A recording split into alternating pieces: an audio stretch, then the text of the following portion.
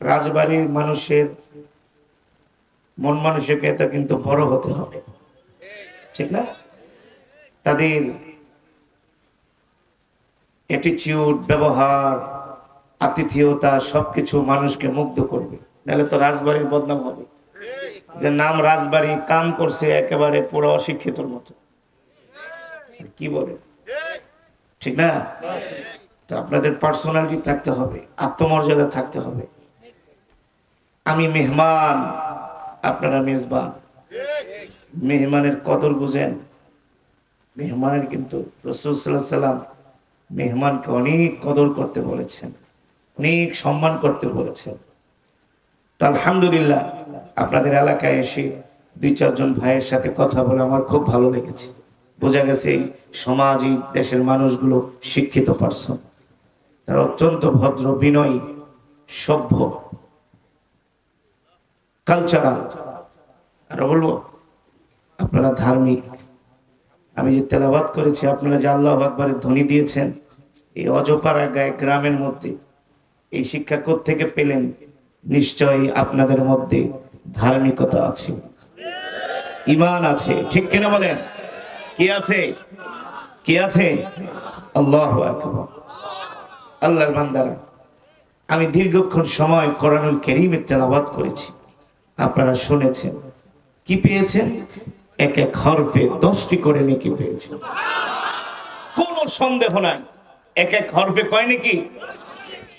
কিন্তু এই তেলাওয়াতটা যদি আর 17 দিন পরে শোনেন, এক এক হরফে 70 থেকে 700 নেকি। 17 দিন পর মানে কি? রমাদানুল মুবারক। আল্লাহু আকবার। আমি যদি 3000 শব্দ তেলাওয়াত করে থাকি, 3000 কে 10 দিয়ে গুণ দেন, কয় হাজার? এটাও তো কয়া দিলেন এক চান্সে। অনেক জেলার মানুষ পারেই না, কেউ 27,000, কেউ 9,000। এটা কি আপনারা এক চান্সে বলে দিচ্ছেন 30,000। আর যদি 4000 পড়ি, 10 দিয়ে গুণ দেন, যত বাড়বে ততই নেকি বাড়বে, ঠিক কিনা বলেন? শুধু কি এখানেই শেষ? এই মজমায় এসে আপনারা যে আজকে কত বড় সওয়াবের অধিকারী হয়েছেন, আপনার এদের এই মজমা আল্লাহ তাআলা নিঃসন্দেহে কবুল করে নিয়েছেন, ইনশাআল্লাহ। আল্লাহর নবী বলেন, তোমরা কখনো তোমাদের রব সম্বন্ধে নেগেটিভ ধারণা করবে না। যে কোনো আমল করার পরে এই ধারণা করবা যে নিশ্চয়ই আল্লাহ তাআলা আমাদের দোয়া, আমার ইবাদতকে কবুল করে নিয়েছে, ঠিক কিনা বলেন? তো আপনারা কত বড় সওয়াবের অধিকারী হয়েছেন। এই মাহফিলে যারা উপস্থিত হয়েছেন, সকলেই এক খতম করে করে কোরআনুল কারীমের সওয়াব পেয়েছেন। কিভাবে বলেন তো? মাশাআল্লাহ। আমি সূরাতুল ইখলাস শরীফ 3 বার তেলাওয়াত করেছি।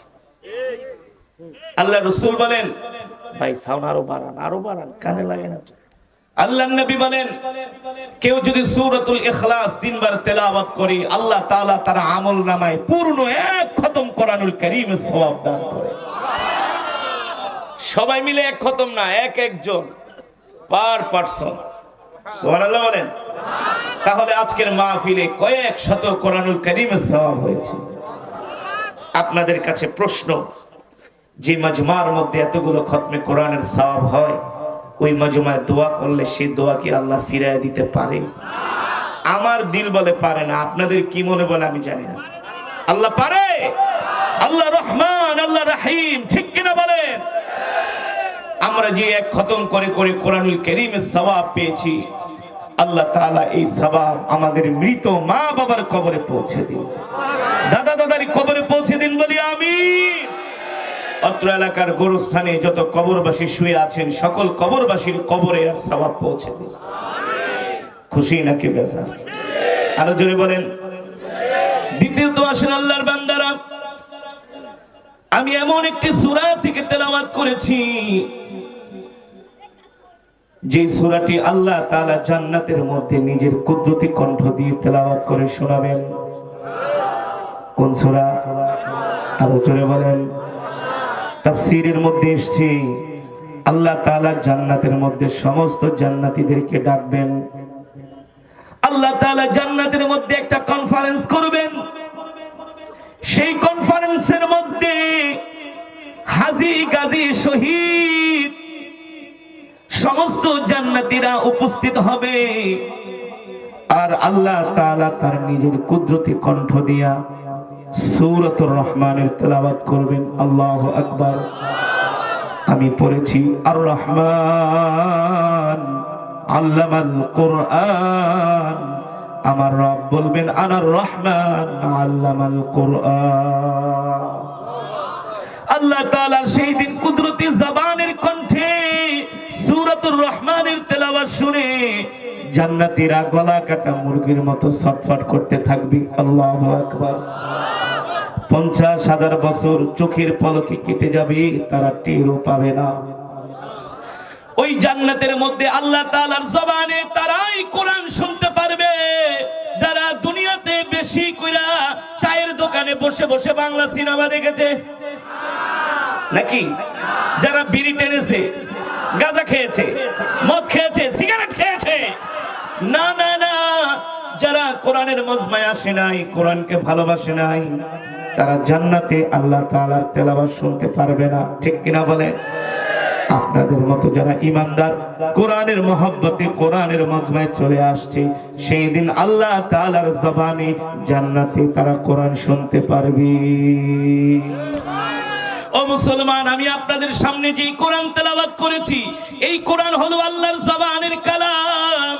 আল্লাহর নবী বলেন, এ উম্মত, আল্লাহ তাআলা আমার উপর যে কোরআন নাজিল করেছে, প্রত্যেকটা মুসলমানের উপরে আল্লাহর কোরআনের হক আছে। কি আছে?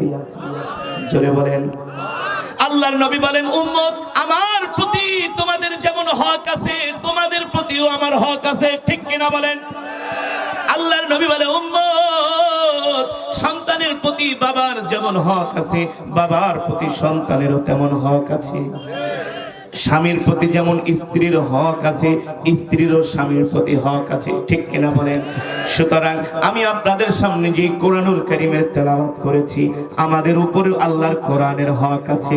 আমরা যদি কোরআনের এই হক আদায় না করি, আমরা যদি কোরআনের এই হক আদায় না করি, এ রাজবাড়ির যুবকেরা, ও মুসলমানরা, মা ভাই বোন শুনে রাখেন, ও বৃদ্ধ বাবারা, আজকের কোরআনের মাহফিল থেকে বলে গেলাম, হয়তোবা এতদিন জানতেন না, অনেকেই শোনেনও নাই যে আমাদের প্রতি কোরআনের হক আছে। আমরা যদি সেই কোরআনের হক গুলো আদায় না করি, তাহলে কাল হাসরের ময়দানে আল্লাহর কোরআন আমাদের বিরুদ্ধে মামলা দায়ের করবে। আল্লাহর কোরআন বলবে, মালিক, আপনার এই বান্দা, তার প্রতি আমার যে হক ছিল, এই হক সে আদায় করে নাই। কি করে নাই? সে হক আদায় করে নাই। আজকে আমি কোরআন তার বিরুদ্ধে সাক্ষী দিচ্ছি, আপনি তাকে জাহান্নামে দিয়ে দেন, জাহান্নামে দিয়ে দেন। আল কোরআন হুজ্জাতুল লাকা ওয়া আলাইকা। আল্লাহর নবী বলেন, উম্মত, তোমাদের প্রতি কোরআনের হক আছে, যদি তোমরা সেই হক আদায় না করো, কাল হাসরের ময়দানে এই কোরআন হাসরের ময়দানে আল্লাহ তাআলার আদালতে তোমাদের বিরুদ্ধে সাক্ষী দিবে, রব, আপনার এই বান্দা দুনিয়াতে কোরআনের হক আদায় করে নাই, কোরআনের মাহফিল হয়েছে, কোরআনের মাহফিলে আসে নাই, মসজিদে নামাজ হয়েছে, নামাজে আসে নাই, কোরআনের বয়ানে আসে নাই, কোরআনের দাওয়াতে আসে নাই, কোরআনের জন্য আন্দোলনেও আসে নাই। ঠিক কিনা বলেন? মুসলমান, এই আসমান কার? জমিন কার? নাকি আমেরিকার?